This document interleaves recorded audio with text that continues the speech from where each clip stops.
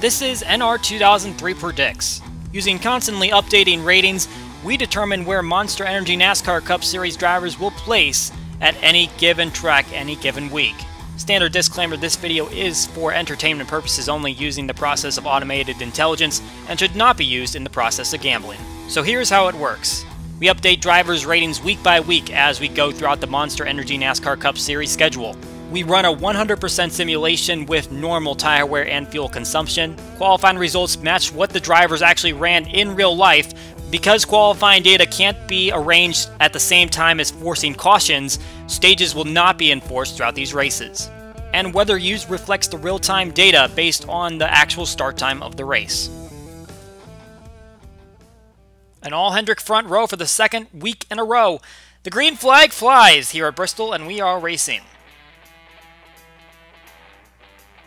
And a great jump by Chase Elliott, not so much for William Byron. They put down some traction compound on that inside line, and it looks like for Chase Elliott that worked out very well. He is going to lead lap 1 here with Ryan Blaney just behind him. Blaney set the track record in qualifying on Friday during the second stage, although he was not able to win the pole come the third stage, ended up qualifying third. He's going to see what he can do to chase down Elliott. Keep that speed up. It looks like he has a lot of it. He did pretty well this weekend.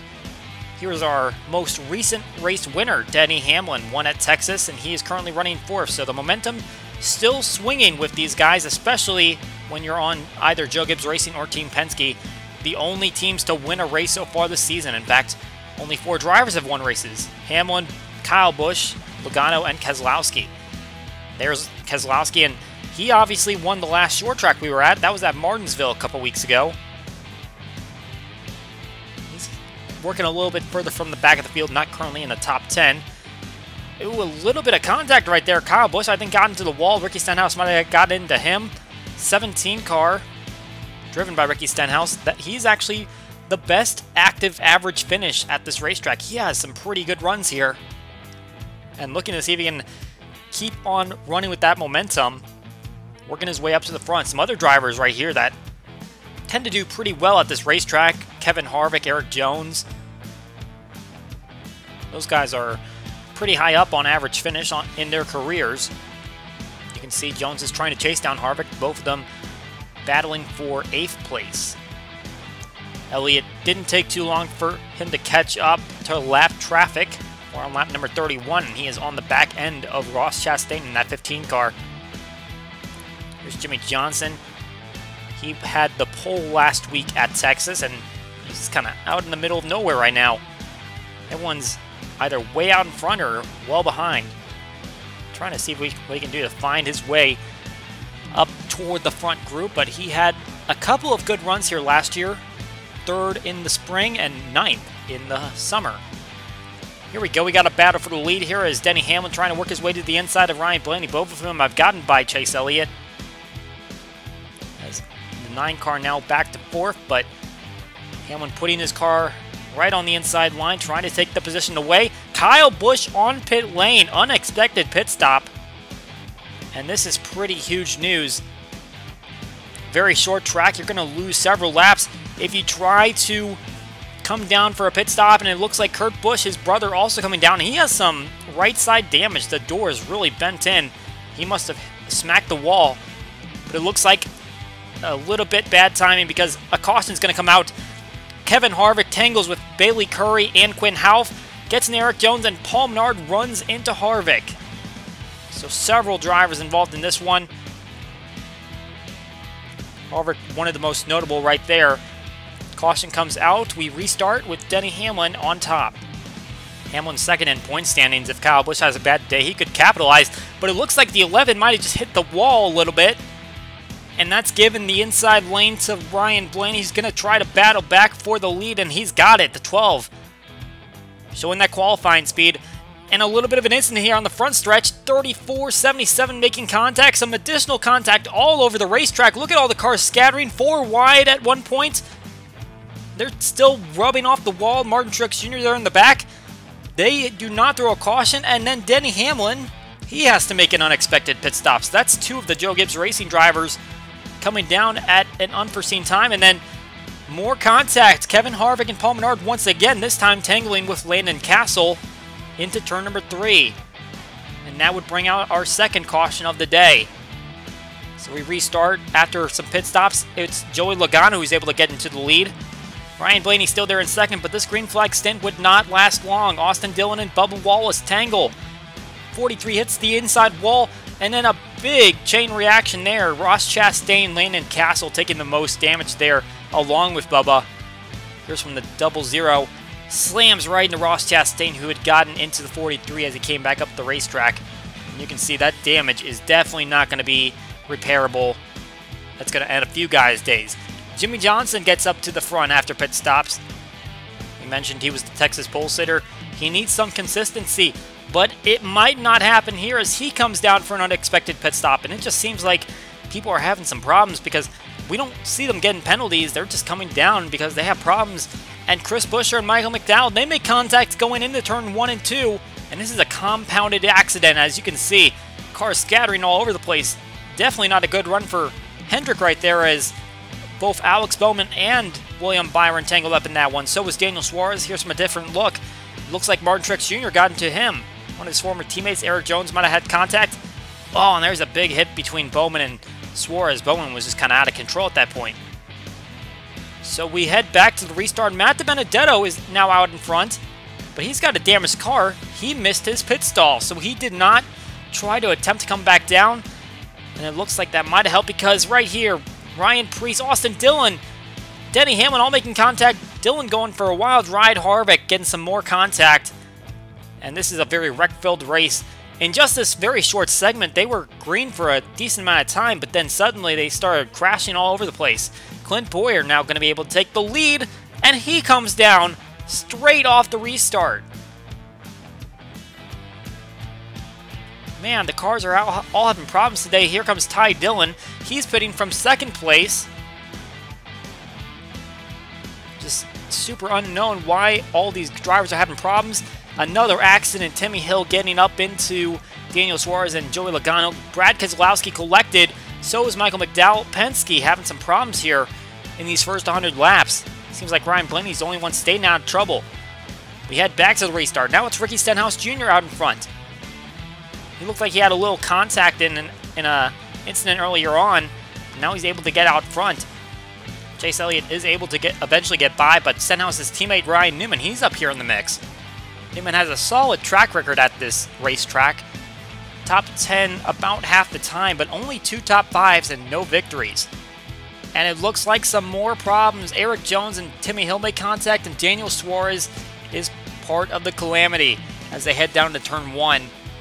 And that will bring out yet another caution. Now Ryan Newman is able to be out front.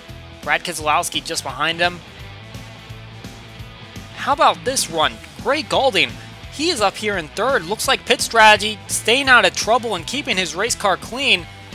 He's able to put himself in track position. Now you can see he is kind of holding up the outside line. He is definitely not as fast as the rest of these guys. Oh, but Chase Elliott getting turned by Paul Menard, and Ricky Stenhouse Jr. collected. 2 solid competitors right there. Not to mention you had Paul Menard up there in that top 10. But they get together, the 21 and the 9, and Ricky Stenhouse had nowhere to go. Almirola maybe had contact there, not quite able to see it there. But several big competitors taken out right there. Now it's Kyle Larson out in front. 2 second place finishes in a row here. This has got to be his race to win, but he's got plenty of time to try to make that happen. Martin Truex Jr. coming down on the pit lane. It looked like he had some damage, and it seems like at this point everyone has damage in some way. But definitely unsure where they're going with that one. Eric Almirola has a solid 7th place run going for him right now. Denny Hamlin not competing with him. He is at least 1 lap down. And this is typically not a great track for Almirola, who only has 3 top 10s here in his career, one of them coming last spring. Kyle Busch back down pit lane. He is already at least 1 lap down, probably multiple laps down at this point, and he is just getting compounding problems. Meanwhile, Brad Keselowski trying to fight Kyle Larson for that lead. But maybe he can do something on this outside line. We've gotten a little bit further into this race. the rubber's building up. That traction compound might be wearing out just a little bit. And you can see the 2 is making a pass to the outside of the 42. And Keselowski heads to the lead. Still has to clear the 42, but he's getting there. Another attaboy for the race so far, Corey LaJoie, running up here in 6th position. This has absolutely not been a good track for him, but obviously the rides have been different. They've been a little underfunded. Throughout his career, several different teams, just 4 starts prior, none of them obviously coming within the top 10 or even the top 20. Jimmie Johnson trying to make some passes. He actually was able to get one of his laps back just by running around the track, but now he's trying to make sure that he doesn't get lapped once again and at least wait till another caution comes out. Meanwhile, one of his teammates, William Byron, getting held up by Greg Gaulding. Byron currently runs in the 10th position. I believe he just went by Chase Elliott and Corey LaJoie sliding up right there. We'll see the 32 duck down here. I believe this might be a little bit more of a standard pit stop, something that is scheduled. We'll eventually see more and more drivers start to head down to pit lane. Here's Daniel Suarez having a solid first season at SHR, 14th in the standings, but as of this race, he's been in a couple of incidents. At least one lap down, he is trying to fight his way back toward the front, but it's going to be a long climb. Meanwhile, we see Kurt Busch looking forward at his former teammate, also at SHR, Clint Boyer. We saw Busch had to make a pit stop, try to repair some damage. He is trying to fight his way back up from at least a 1 lap down. Chris Buescher hanging off the tail end of the lead lap. You can see Brad Keselowski and Ryan Newman making the pass to get to the lead. Buescher in 37 trying to see if he can keep himself on the lead lap. Here's Matt Dibenedetto. His best career Cup finish came at this track 3 years ago. Finished 6th in the spring race. He is still on the lead lap despite that very damaged race car. And a big complexion change as the 2 car loses his engine. Running in 2nd place, Ryan Newman had just taken the lead from him. But now Keselowski is going to have to drop out of this one with a mechanical failure. And that is big news. Meanwhile, Newman now has a huge gap on the next car in line, Kyle Larson. You can see from the back of Newman, you can barely see Larson as he's now trying to put Johnson a lap down. Only 3 cars on the lead lap as long as Johnson is there. You see Ty Dillon here. He's having a solid day right now. He is currently in the 10th position. Still lacks a top 10 in the few starts that he's had on this racetrack, and trying to see if today could be his day. Some contact between Ryan Newman and Chase Elliott, who'd also gotten into Harvick, and a big dent in the door for Newman as he hit that inside wall, separating pit lane from the racetrack. Newman comes straight down the pit lane, and that will get the lead back over to Kyle Larson. We look at Matt Tifton. He is trying to avoid going a 2nd lap down, but he is having a solid day as well. He is currently in the 11th spot, which would be one of his best finishes of the season. Quinn Houff, he is coming down the pit lane, but he's still on the racetrack, still running solidly. It was a couple of years ago that he made his Xfinity debut and actually ran pretty well. Finished 15th for Precision Performance Motorsports. Jimmie Johnson would come down the pit lane, so would Kyle Larson. These are scheduled pit stops as we are starting to get through the cycle. And it seems like that early pit stop might have given a little bit of benefit for Ryan Newman, who got back to the lead once everyone cycled through their pit stops. We ride on board Kyle Larson, trying to work his way through traffic to get back up to Newman. The gap is only about 1.5 seconds, but Newman also looks like he has a little bit of fresh air. Joey Logano trying to fight for his lap back. He's right behind Newman, and he is the first car lap down. Trying to see what line he can work. He's trying that high side as Newman's a little bit more low. And Chase Elliott coming back down pit lane. I don't know if he made a stop originally, but he is just on the tail end of the lead lap, and this will put him at least 1 lap down, probably more. Meanwhile, Larson back to the rear end of Ryan Newman, and he makes the pass. Hasn't quite cleared him yet, but he does have that position and trying to work with that 24 to get on by. And it looks like Larson's going to have a chance at this one, as he's been running pretty solidly this entire time. Meanwhile, Logano has gotten back around the leaders, and he is back on the lead lap, at least for now. And it looks like he might have the opportunity. A crash right here. Erik Jones, Chris Buescher, and Timmy Hill. Jones plows it head-on into the outside wall. Caution comes out. We are just over halfway through the race, and Ryan Newman going to take the lead, but Logano is back on the lead lap, and he's able to cycle through. Green flag did not last long. Timmy Hill, how many times have we said his name in an accident today? He got turned around by Matt Dibenedetto. So Newman will restart first once again. Larson just behind him. Also on the lead lap, you've got Blaney, Johnson, and Almirola along with Logano, but Newman is coming down pit lane. And once again, it just seems like all of these guys that are running well have to come down for some reason. Now we see Johnson trying to work his way up toward Larson, who is far in the distance, 2.5 seconds away, but all they can do to get back up there. Kyle Busch has been trying to fight for his position all race long. After some early pit stops, unscheduled pit stops, he is still several laps down, pretty much out of contention for this race. Timmy Hill hits the outside wall, goes for a spin off of contact with Ryan Blaney. Another caution involving that 66 car. The restart once again. Logano out in front, but he is not actually out in front. It's Kyle Larson who leads.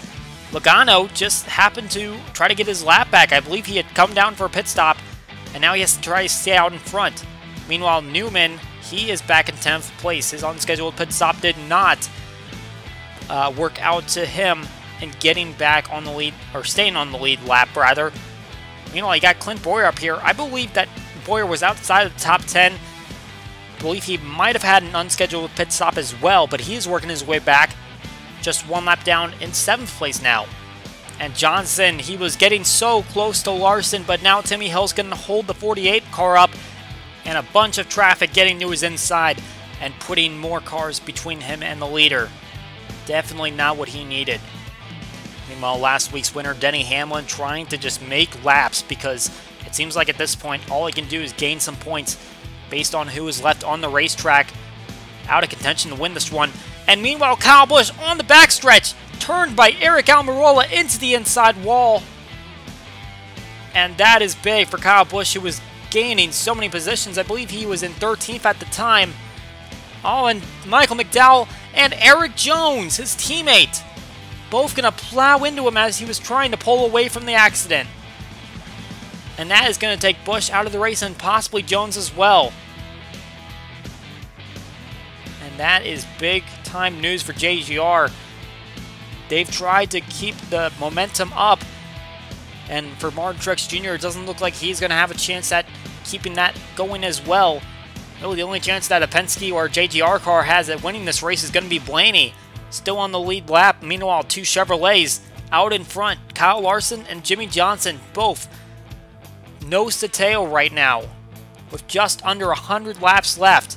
Johnson looking to the low inside, and he's got the lane over on Kyle Larson. 48 back up to the lead. We mentioned that Larson's finished in this second in this race the past 2 times. Swept that position in 2018, just trying to do what he can to get the victory. He's got a little bit of time left. So does Aric Almirola, currently running 3rd. But meanwhile, it looks like that outside line does not have the advantage it once did. At least when we saw Keselowski make the pass on Larson earlier in the race. And a big traffic jam here in turn number 4 among lapped cars, and big contact. Greg Galding on his roof, the JTG Doherty cars. And there is Aric Almirola. He just made contact with Galding as the leaders were just going by. Oh, and Kurt Busch as well, just slammed into the 51 car on board Aric Almirola. And that is not light contact. That is something that's going to send him possibly out of the race. A huge disappointment for Almirola, who is running 5th in the standings. But we'll restart once again. Jimmie Johnson out in front. Kyle Larson chasing him down. And Blaney, the only other remaining car on the lead lap. He's got a little bit of traffic between him and the lead pack. Johnson gaining a little bit of a lead. Larson out in front of those lap traffic from Blaney. Kevin Harvick just trying to turn laps just like a couple of these other guys are. Guys that you expected possibly had the chance to win tonight, but they've had bad luck all throughout the race. And here's a little bit more bad luck. Chase Elliott and William Byron made contact into turn 1. Daniel Hemrick and Michael McDowell collected. Hemrick just barely got clipped. McDowell slammed right into the 9. And there's a couple more cars that are going to go out in this race. And another restart's going to give Larson one more opportunity to try to catch up. But Johnson just takes off so well, and he's able to get some lapped cars in between him and the 42, as well as Blaney. But there's going to be a little bit of a problem here. Johnson getting held up by the slowest of the traffic, and Larson's able to get a little bit closer. He is just right to him with under 10 laps to go. But as the laps wind down, it's Johnson that has the dominant car, pulling away from Larson once he gets a little bit of clean air. We're going to see the white flag here. He's got Ryan Newman out in front. So is Matt Dibenedetto, who's gotten back on the lead lap to be in 4th position. This is all he needs. Johnson just needs to get around cleanly. Doesn't need to do anything special here. And it's the 48 that's going to head to victory lane for the 3rd time in his career here at Bristol. Big run for the 48 team. Great to see Jimmie do so well here today. So a great run by Jimmie Johnson to take home the victory. Kyle Larson, Ryan Blaney, and Matt Dibenedetto, the only other cars on the lead lap. For the 95, he's the highest running Toyota. That's a great day for Levine Family Racing. Ty Dillon, another surprise, as well as Matt Tifft up here in the top 10 in what was a wreck-filled race that saw a lot of top competitors just trying to battle back for position. How about Denny Hamlin? He fought back and he got a 10th place, although it was 3 laps down. A little bit of a hard time for him and the rest of the Joe Gibbs Racing team, like Martin Truex Jr. down there in 13th. You got guys like Quinn Houff, Timmy Hill, Bailey Curry. They're up here in this top 20, but they were obviously many more laps down just from running so slowly. And you got Chase Elliott, Daniel Hemrick, Eric Almirola, Kurt Busch. Guys all out of the race. Kyle Busch, Eric Jones tangled together. Brad Keselowski blew up. Paul Menard involved in some accidents, as well as Daniel Suarez. Ricky Stenhouse Jr. Guys that you all thought had a chance today end up with some bad luck. That is it for this episode of NR2003 Predicts. We hope you enjoyed this race. We hope you enjoyed the actual race, and we will see you all next time.